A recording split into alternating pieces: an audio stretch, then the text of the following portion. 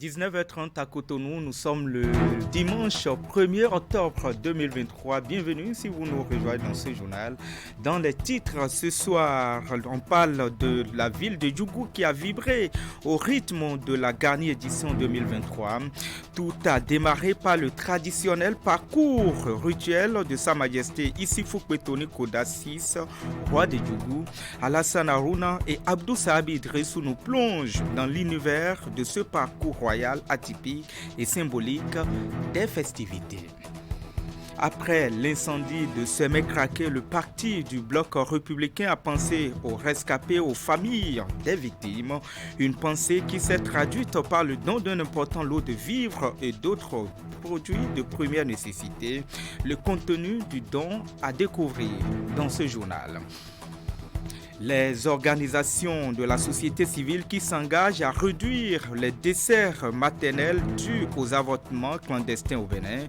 Ils l'ont prouvé hier à la célébration de la Journée internationale de l'avortement sécurisé tenue à Cotonou. Le Collège national des gynécologues obstétriciens du Bénin a organisé comme à l'accoutumée la commémoration de cette 4e édition. Voilà pour le programme. Bonsoir à tous. On ouvre cette édition par la ville de Djougou qui a célébré hier la fête de la Gani édition 2023. Tout a commencé par le traditionnel parcours rituel de Sa Majesté Issoufou Pétoni Koda VI, roi de Djougou. Alassane Harouna et Abdou Sabi Idrissou nous donnent ici et maintenant les détails sur ce parcours rituel qui fait plusieurs stations. Regardez. Ambiance toute particulière à la cour du palais royal de Kilir. Ce samedi 30 septembre, c'est le jour de la célébration de la Gani à Djougou, cité des Pétonis, à Takora et Nyora. L'instant des préparatifs dans une discrétion totale et Sa Majesté Issoufou Pétoni Koda VI fait son apparition en public.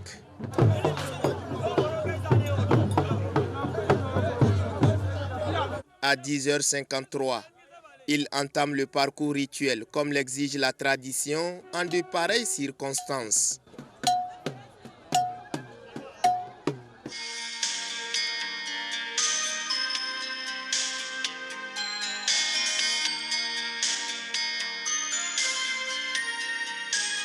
Cette année, tout comme à la précédente édition, Sa Majesté exécute la procession traditionnelle à bord d'un véhicule soigneusement protégé par les chasseurs traditionnels. Cette sortie du roi prend l'allure des réjouissances populaires à travers la cité princière. Au son des tam-tams, les participants à cette fête traditionnelle, encore appelée Mauloud, manifestent leur joie et leur fierté d'appartenir à cette communauté.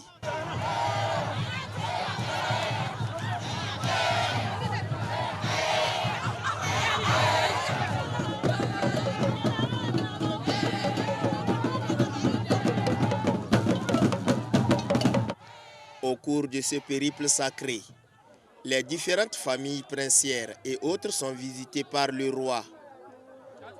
À chaque étape, tout un cérémonial est observé pour accueillir dignement l'hôte du jour.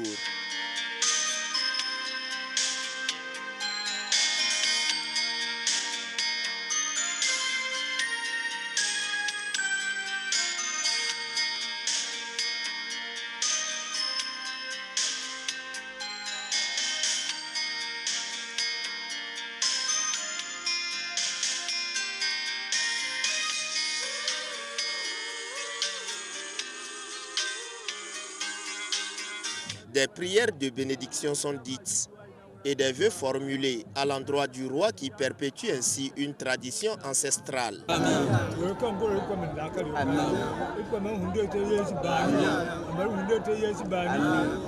Nous sommes en train de faire le parcours rituel. Donc, la première étape, c'est le quartier Djindjiri-Beri. Avant, c'était à la place Idi. Maintenant, les offrandes qu'on faisait là-bas, on ne fait plus et c'est à la place Djindjiri-Beri. Dans toutes ces étapes, c'est la prière et la bénédiction que les alphas vont à Sa Majesté Pétoni Koda VI pour lui souhaiter longue vie et qu'il fait la fête sain et sauf et que les étrangers après retournent au sein de leur famille. À la fin de chaque station, des coups de détonation sont exécutés par des chasseurs traditionnels. Partout où le cortège royal est passé, c'est l'attraction et l'admiration dans le rang des populations. Après plus de 2 heures de parcours, Sa Majesté, toujours accompagnée par la cavalerie et une foule anonyme, regagne son palais pour entamer d'autres préparatifs avant de rallier la place de la Gani pour les manifestations folkloriques. Et justement, l'acte 2 de cette célébration a été marqué par les manifestations folkloriques, lesquelles manifestations ont mobilisé les populations et les garants de la tradition autour de Sa Majesté Pétoni. On retrouve Alassane Harouna, Abdou Sabi Idrissou. Après son parcours rituel, Sa Majesté Issoufou Pétoni Koda VI s'est rendu sur cette légendaire place de Kilir. Fortement entouré des sages, notables et garants de la tradition de la commune de Djougou et d'ailleurs, Sa Majesté entend ainsi poursuivre la célébration de la fête de la Gani, une fête culturelle et identitaire qui mobilise chaque année les filles et fils de Djougou autour de la célébration de leur culture. Sa Majesté Pétoni Koda VI est heureux de vous recevoir à cette occasion pour fêter ensemble avec lui la fête de la Gani. La Gani pour nous est un événement culturel qui réussit chaque année à réunir les filles et les fils de Djougou et d'ailleurs.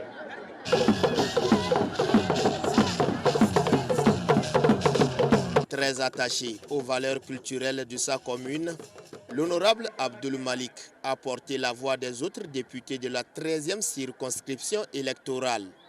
Que dire si ce n'est témoigner la reconnaissance de toute la population ici présente à Madame la vice-présidente qui a accepté de venir jusqu'à Djougou commémorer avec les populations de Djougou cette fête culturelle. Madame la vice-présidente, vous êtes venue, vous avez touché la réalité du doigt, comme on le dit. J'espère que vous serez les porte-parole des populations de Djougou pour que l'État béninois puisse mieux nous aider à faire de cette esplanade de la Gani de Djougou quelque chose de mieux potable et qui puisse être digne d'accueillir des personnalités comme vous. Je ne doute pas qu'une fois que vous serez retourné à Cotonou, vous transmettrez le plaidoyer de Sa Majesté et des fils de Djougou pour que le gouvernement pense à faire de notre arène quelque chose d'acceptable. Moment de retrouvailles et de brassage entre les différentes communautés. Cette fête est aussi une occasion privilégiée pour révéler au Bénin et au monde les riches potentialités culturelles dont regorge Djougou. C'est un rendez-vous annuel auquel nous sommes particulièrement attachés. Ah, quel beau patrimoine culturel! Regardez un peu autour de vous. Vous verrez la manifestation de l'art, de la culture. Ce grand rassemblement témoigne combien les fils et les filles de Djougou sont attachés à la ville et à sa culture. J'aimerais de ce fait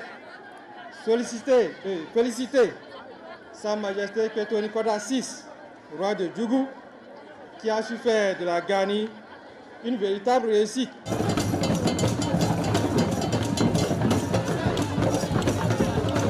La vice-présidente de la République est l'invitée spéciale du roi de Djougou.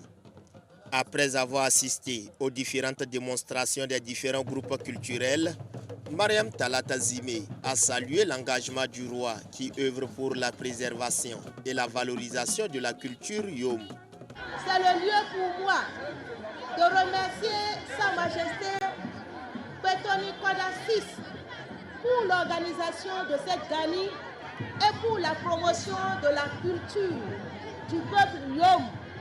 J'ai écouté avec beaucoup d'attention le message du député, représentant des autres députés de la 13e circonscription, relative à ce lieu de culture, relative plutôt à l'aménagement de cet espace. Je crois que j'ai bien entendu son message et que je le porterai acquis de droit. Djougou, en effet, mérite mieux.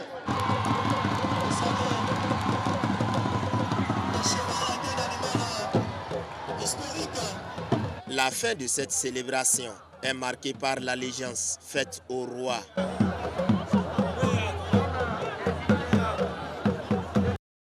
À la fin des différentes manifestations officielles, les autorités à divers niveaux se sont prononcées. On les écoute au micro de nos envoyés spéciaux.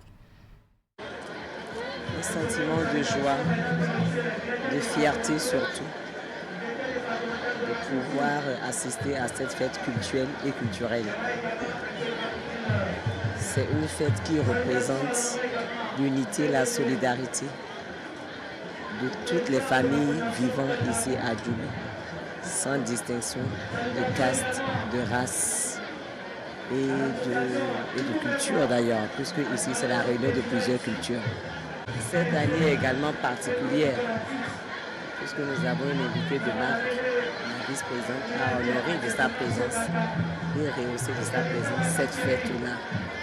C'est pour vous dire que la Gani fait partie du patrimoine culturel du Bénin, puisque nous avons ici une haute personnalité, une des plus hautes personnalités du Bénin, ici même, à la personne de la vice-présidente. Nous remercions très sincèrement le président Patrice Talon pour l'honneur qu'il nous fait également de participer à ses côtés à la construction du pays. C'est un sentiment de joie et de fierté parce que nous célébrons notre culture. Et comme l'a dit la vice-présidente, un peuple sans culture, vraiment, c'est pas venu d'armée sans armes. Donc c'est une fierté aujourd'hui de participer à cette fête en tant qu'élu du peuple. Je participe à cette Gani avec beaucoup d'émotion, de joie, de voir que tout Djougou, toute la 13e circonscription est unie autour de cette fête-là et exprimer leur joie et leur volonté de voir Djougou aller plus loin et de voir tous les fils et filles de notre commune plus unis. Vous constatez aussi la présence de la vice-présidente parmi nous. Cela prouve combien de fois notre Gani, notre fête de la Gani est très appréciée, considérée et prise en compte par le chef de l'État au haut niveau. Nous le remercions également de nous avoir fait honneur d'envoyer la vice-présidente le représenter. Je fais partie de ceux-là qui ont œuvré pour que la Gani soit une réalité. Donc ma fierté doit être encore plus grande qu'aujourd'hui.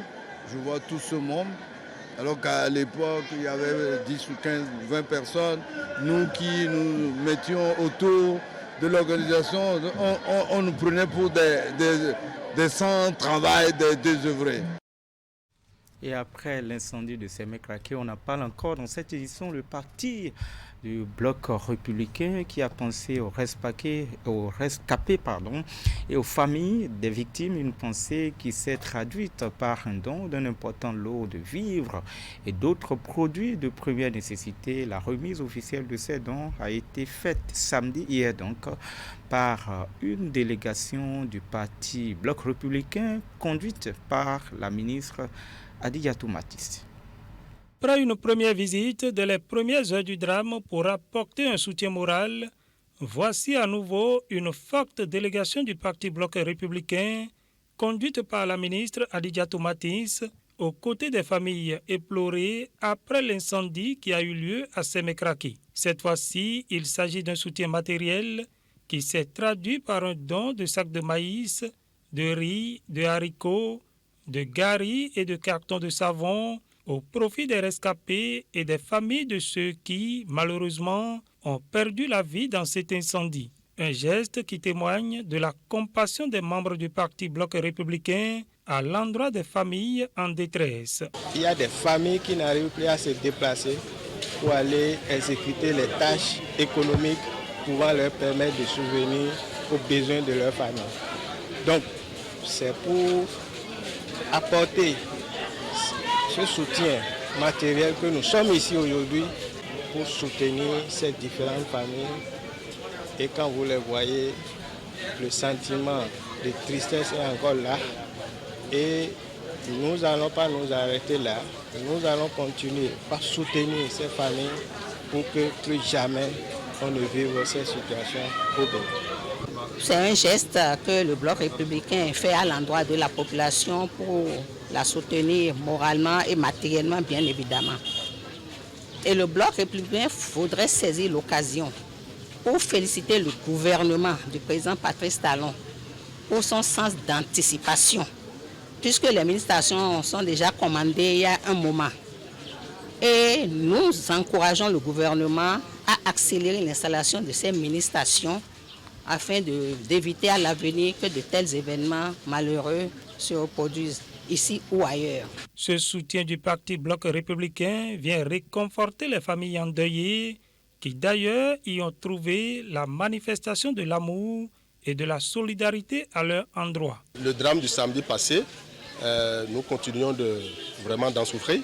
Quand des gens se déplacent et viennent vers vous pour vous soutenir, ça fait toujours plaisir, ça rehausse le moral. Je crois que par rapport au déplacement du parti d'hier, il y a 3 jours, 4 jours, le parti était là. Aujourd'hui, ils sont là avec quelques vivres. Ça ne fait que rehausser le moral. Toute la population de Craqué reste reconnaissante. Parce que quand vous êtes en difficulté, c'est les personnes qui se portent vers vous là. C'est ceux-là que vous reconnaissez après. Par rapport à ce qui a été fait, ça va rester gravé dans la tête de toute la population. À travers ce regard d'amour à l'endroit des victimes du drame de Sémé-Craqué, le Bloc républicain aura ainsi prouvé une fois de plus que le bien-être des citoyens est au cœur de son action. Et d'un don à un autre, le gouvernement, à travers la direction départementale OME, en charge des affaires sociales et de la microfinance, a fait don de kits scolaires aux enfants défavorisés. Eh bien, c'était la directrice départementale en charge des affaires sociales et de la microfinance de l'OME qui a procédé à la remise officielle de ces kits. Regardez. Un important lot de kits scolaires gratuitement offerts aux écoliers et élèves en situation difficile identifiés dans la zone de compétence des centres de promotion sociale d'Agbokou, de Wando et de Djekankwevi dans la ville de Porto Novo. Ce geste d'amour est l'un des aboutissements du programme dénommé Éducation pour tous, concordé et mis en œuvre par le gouvernement du président Patrice Talon dans l'objectif d'aider les familles à mieux faire face aux charges liées à la rentrée scolaire. Ce geste contribuera à coup sûr à garantir aux enfants bénéficiaires une année scolaire exempte de perturbations liées à la non-disponibilité des fournitures scolaires et de parvenir à une année scolaire réussie. Cet idéal ne saurait être atteint, bien évidemment, sans l'accompagnement de vous, parents et tuteurs, que j'invite à plus de responsabilité dans l'accomplissement de la mission qui est la vôtre. À vous, chers récipiendaires, chers enfants, je vous adresse mes chaleureuses félicitations et je voudrais croire que vous mesurez la portée de la grande chance qui vous est offerte. Vous devenez, à partir de cet instant, des citoyens qui sont suivis désormais par les centres de promotion sociale, suivis par le ministère des Affaires sociales et de la microfinance, suivi par le gouvernement, d'accord, de son Excellence Patrice Talon. Vous êtes appelés désormais à être plus assidus pour encore avoir la chance de bénéficier d'autres appuis du ministère des Affaires sociales et du gouvernement. En plus de Porto Novo, D'autres écoliers et élèves du département de Lemay ont été impartés, soit un total de 220. Je suis content de revenir ici pour voir. Et on a partagé des fournitures ici. Je suis très heureuse. Ces fournitures me permettent de bien travailler à l'école et je réussirai au CEP. Je dis merci à la directrice départementale, au ministère et au gouvernement. Grâce à ce geste du gouvernement, ces enfants issus des familles à faible revenu connaîtront un déroulement apaisé de l'année scolaire. Plusieurs acteurs clés, notamment les organisations de la société civile, s'engagent à réduire les décès maternels dus aux avortements clandestins au Bénin. Ils l'ont prouvé hier donc à la célébration de la Journée internationale de l'avortement sécurisé tenue à Cotonou. Eh bien, c'est le Collège national des gynécologues obstétriciens du Bénin qui a organisé, comme à l'accoutumée, la commémoration de cette 4e édition. Les détails, Judicaël William Clécan, Elville Florent Tonoucoin. Plus d'un siècle déjà que la Journée internationale de l'avortement sécurisé est célébrée dans le monde. Au Bénin, c'est depuis 2020 que le Collège national des gynécologues obstétriciens commémore cette date pour limiter les dégâts en termes de mortalité maternelle dus aux avortements clandestins. L'édition de cette année a pour thème réduire les inégalités et fournir des renseignements fiables pour l'accès aux services de soins de santé de la reproduction, y compris l'avortement sécurisé. Cette édition appelle à réfléchir à l'amélioration de l'accès de toutes les adolescentes, jeunes, des femmes, filles, aux services sécurisés de DSSR. Notre pays, le Bénin, continue d'être confronté au problème d'avortement clandestin qui constitue la 3e cause de décès maternel dans notre pays. Et ça, c'est la 5e enquête démographique de santé de 2018 qui l'a dit. En tant que tel, si nous pensons être au rendez-vous des Nations Unies d'ici l'agenda 2030, en ramenant le taux de mortalité maternelle au-dessous de 70 décès de femmes sur 100 000 naissances vivantes, nous devons agir sur la 3e cause qui tue les femmes, qu'est l'avortement clandestin. C'est ainsi que, à la faveur de la volonté politique, après le plaidoyer des OSC, nous avons une loi beaucoup plus favorable aujourd'hui pour permettre aux femmes et aux filles d'accéder à leurs droits en santé sexuelle et reproductive. La célébration de cette édition a réuni les parties prenantes au projet de plaidoyer pour l'avortement sécurisé dans le but de susciter un réel engagement dans cette lutte. Chose effective, les acteurs clés se sont résolus à travailler pour une meilleure compréhension de la législation relative à la santé sexuelle et reproductive au Bénin. Les organisations de la société civile sont donc mobilisées à expliquer aux populations que, loin de promouvoir l'avortement, la loi sur les interruptions volontaires de grossesse sauve des vies. Ce que nous, on a pris comme engagement aujourd'hui, c'est de faire notre maximum pour lever les barrières à l'accès à l'avortement sécurisé et en particulier en informant correctement les filles, les femmes, sur leurs droits et le personnel de santé sur le cadre législatif existant et ce qu'ils peuvent faire, comment ils doivent le faire. Il suffira de leur expliquer le bien fondé de cette loi qui a été votée, qui en fait vise la promotion des droits à la santé sexuelle et de la reproduction des femmes et des filles et par ricochet le bien-être de la famille et de toute la communauté. C'est vrai, ils ont raison de réagir vivement contre la loi, mais il suffit de leur expliquer. Je crois que ce travail a déjà commencé. Panel de discussion, déclarations écrites et représentations artistiques ont meublé cette 4e célébration de la Journée internationale de l'avortement sécurisé au Bénin. Autre volet de l'actualité, les élus consulaires de la Chambre de commerce et d'industrie du Bénin étaient en session ordinaire.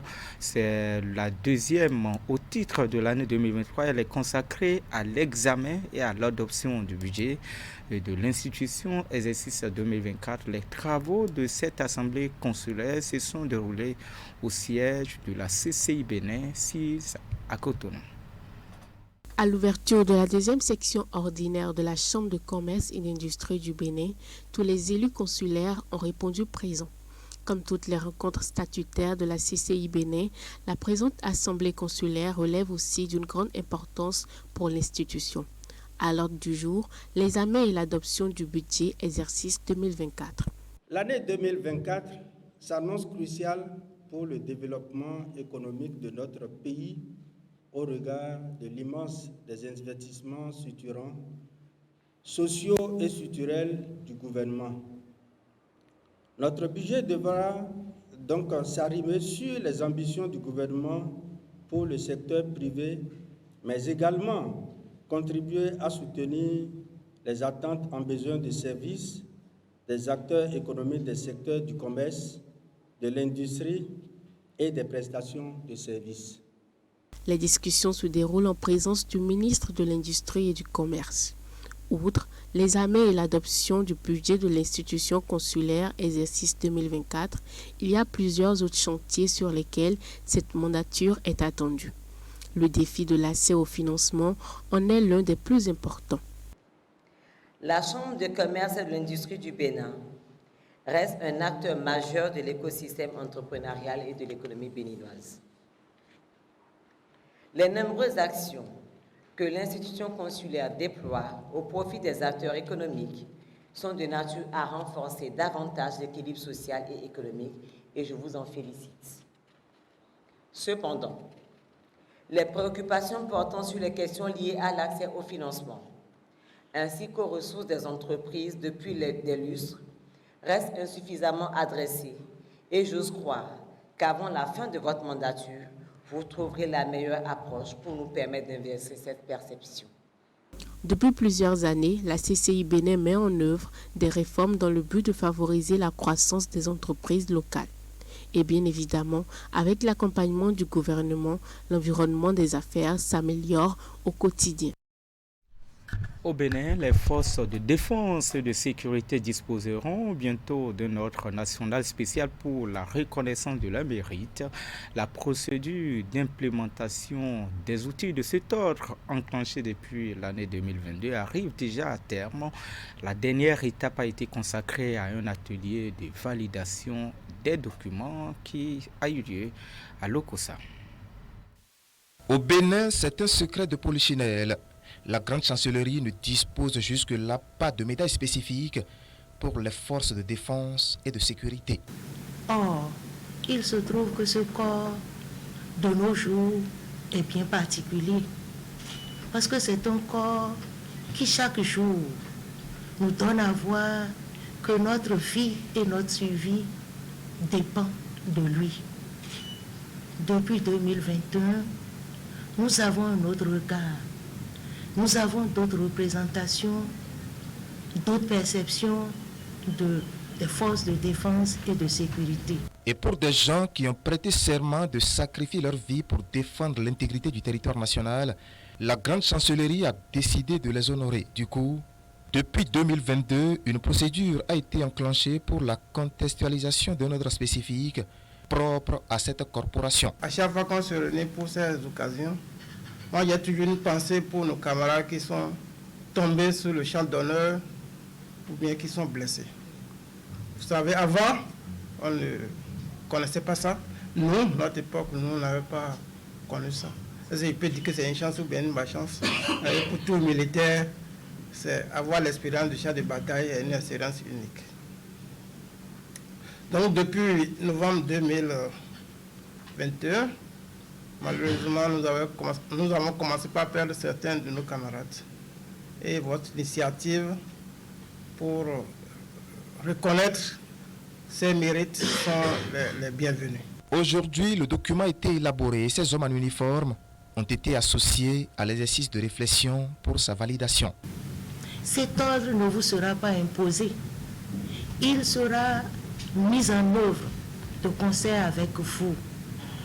Voilà pourquoi, en septembre 2022, nous vous avons rencontré pour parler de cet ordre, de la forme à lui donner, des conditions dans lesquelles l'implémenter, l'administrer.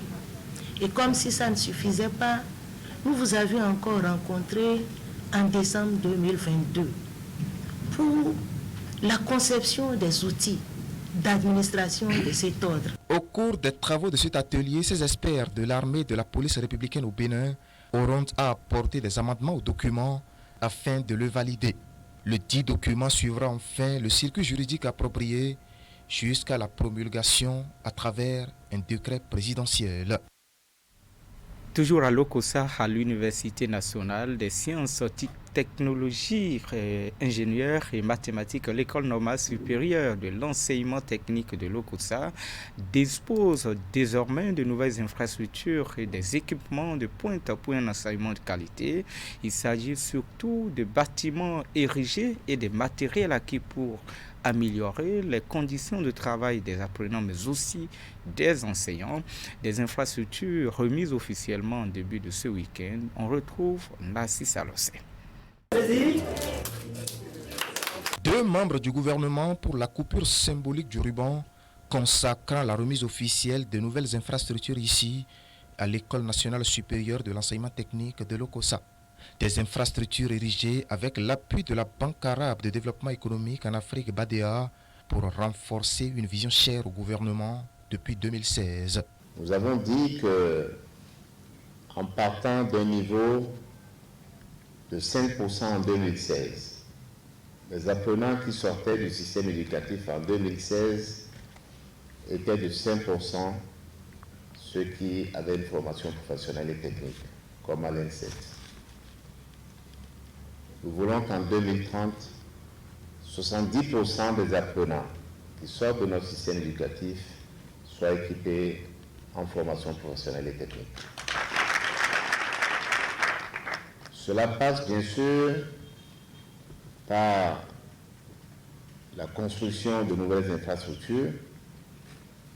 Et vous avez noté que l'un des objectifs, c'est de construire d'ici 1 an à peu près 30 lycées agricoles, 7 écoles de métiers et bien sûr de renforcer les infrastructures des anciens établissements qui existaient comme l'INSET.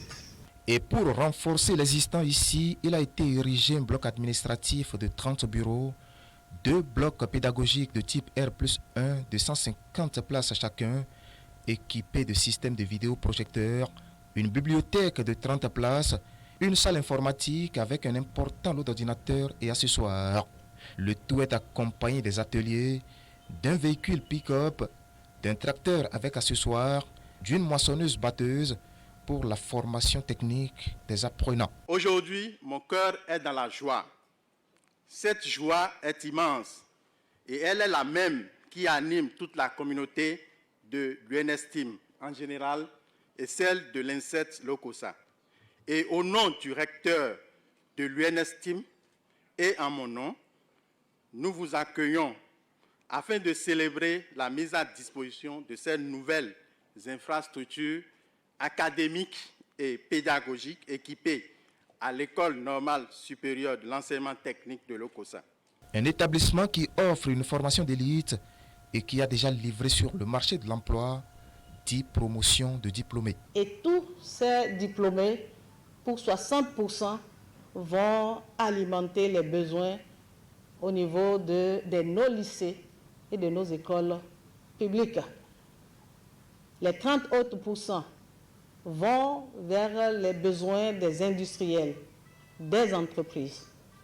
Nous avons quand même 5 autres pourcents qui se dirigent vers l'auto-emploi. Pour dire que cette école occupe une place importante dans la stratégie nationale de l'enseignement, la formation technique et professionnelle. Éléonore Yaïla Deka, pour finir, demander aux bénéficiaires de ces nouvelles infrastructures d'en faire un bon usage. D'ailleurs, des plans ont été mis en terre, séance tenante, pour immortaliser ces instants de célébration du capital humain au Bénin. ce temps, la direction du parc national de la Pendjari a initié en faveur des enfants orphelins en situation difficile des 5 communes riveraines du parc de la Pendjari. Une cérémonie de remise de kits scolaires et des tables bancs. Objectif aider les enfants à effectuer une bonne rentrée scolaire 2023-2024. Régis Hippolyte Agonso. Des tables bancs et kits scolaires offerts ce jeudi 28 septembre 2023 par African Parks dans les communes riveraines du parc de la Pendjari. Au collège d'enseignement général 1 de Tangueta, ce sont 40 tables bancs qui viennent soulager administration et apprenants. La remise des 40 tables bancs au CG1 de Tangueta fait suite à une demande qui a été formulée par ce CG qui a été adressée à la direction du parc national de la Pendjari. Et la direction du parc, dans sa logique d'améliorer le système éducatif, a répondu favorablement à cette doléance. Nous avons eu 40 tables bancs.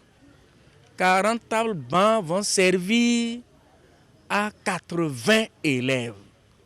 Je leur dis un grand merci parce qu'ils ont fait un gros effort. 40 tables bancs, je vous remercie.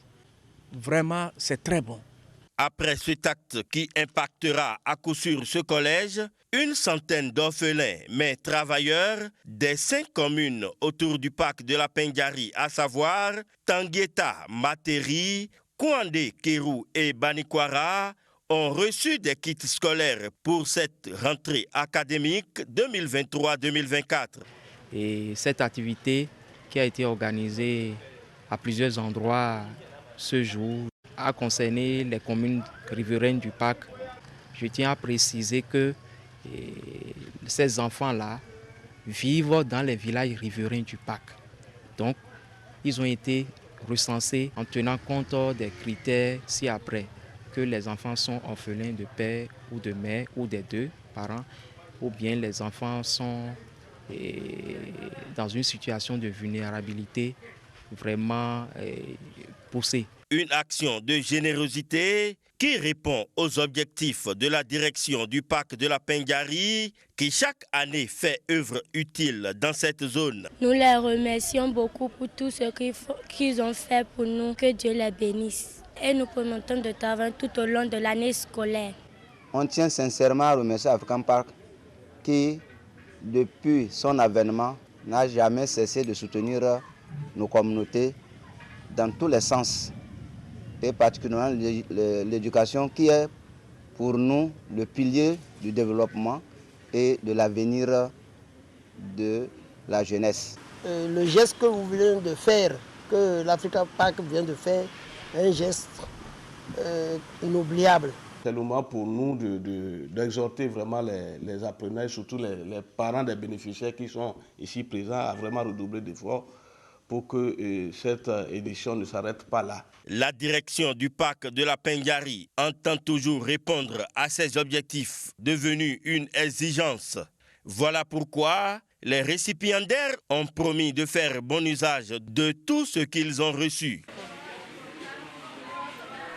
Et toujours dans le septentrion prévu normalement pour être célébré depuis 2020 et reporté en raison de la crise sanitaire liée à la Covid-19, c'est finalement ce samedi que les frères de l'ordre hospitalier de Saint-de-Dieu ont commémoré le 50e de la création de l'hôpital Saint-Jean-de-Dieu de Tangueta, une célébration qui a connu la présence de plusieurs personnalités politico-administrative. Une célébration eucharistique empreinte de solennité pour commémorer le 50e en différé de l'hôpital Saint-Jean-de-Dieu de Tangueta. Oui, c'est un jubilé en différé, mais qui reste intact. Célébrer le jubilé de l'hôpital Saint-Jean-de-Dieu, c'est célébrer bien sûr la présence des frères de Saint-Jean-de-Dieu dans cette maison depuis 50 ans. Cette célébration est avant tout une action de grâce au Père Tout-Puissant qui a permis à cette œuvre missionnaire de faire un chemin de vie riche et humanisante. C'est donc depuis 1970 que cet hôpital accueille des malades de tout genre, avec pour vocation de les servir sans distinction de religion, de race et de nation, en collaboration avec les sœurs théatines de l'Immaculée Conception. 50 ans de joie, mais aussi de peine. En 50 ans, beaucoup de choses se sont passées. Beaucoup de malades ont été soignés. Beaucoup d'enfants sont nés ici dans cet hôpital, dans cette maison de Dieu. Il y a aussi des moments durs et difficiles que l'hôpital a traversés. Mais nous sommes néanmoins ici aujourd'hui pour célébrer 50 ans de présence, parce que l'ordre a toujours voulu servir et accompagner ce peuple, même dans les moments les plus difficiles.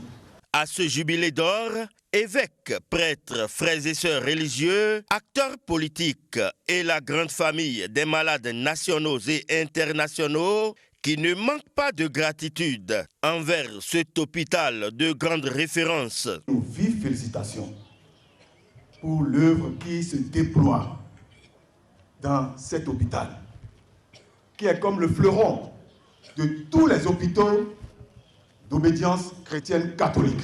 Nous en sommes vraiment fiers et nous souhaiterions que cette fierté puisse perdurer, non pas par les renommées, mais par les faits. L'hôpital Saint-Jean-de-Dieu de Tangueta est une chance pour le Bénin.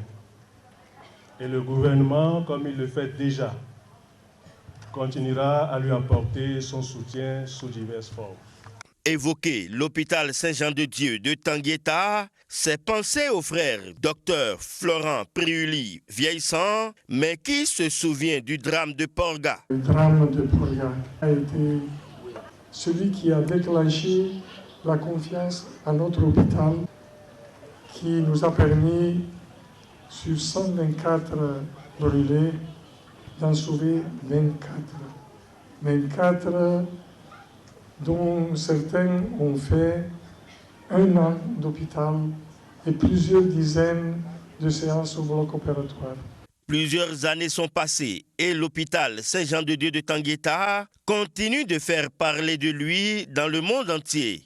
À la célébration de ce jubilé d'or, une levée de fonds a été lancée pour l'achat de quelques lits et matelas. À l'occasion, un nouveau service des urgences a été inauguré. Et c'est sur cette note que s'achève ce journal préparé par l'ensemble de la réalisation. Merci de votre fidélité. Bon début du mois d'octobre à toutes et à tous.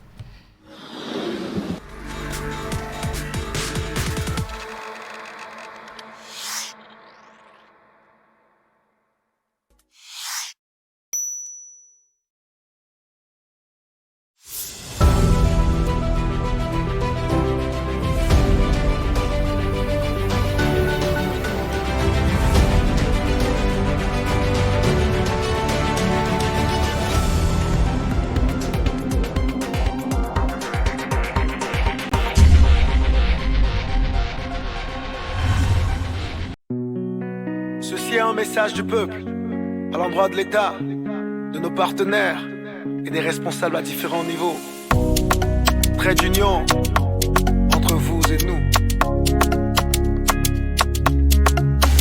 On dit à caca pour tous les forts consentis, mi bloc caca. Beaucoup de progrès, mais le peuple encore un poids sur le cœur. Car l'eau potable c'est la vie. Vilaine au circuit, bienvenue les maladies. Dans nos villages, dans nos maisons, faites un tour à Pérougo. On boit encore l'eau du marigot. Non c'est pas bon, non c'est pas bon. On a besoin de vous, nous comptons sur vous. On a besoin de vous, parce que le peuple n'a que vous.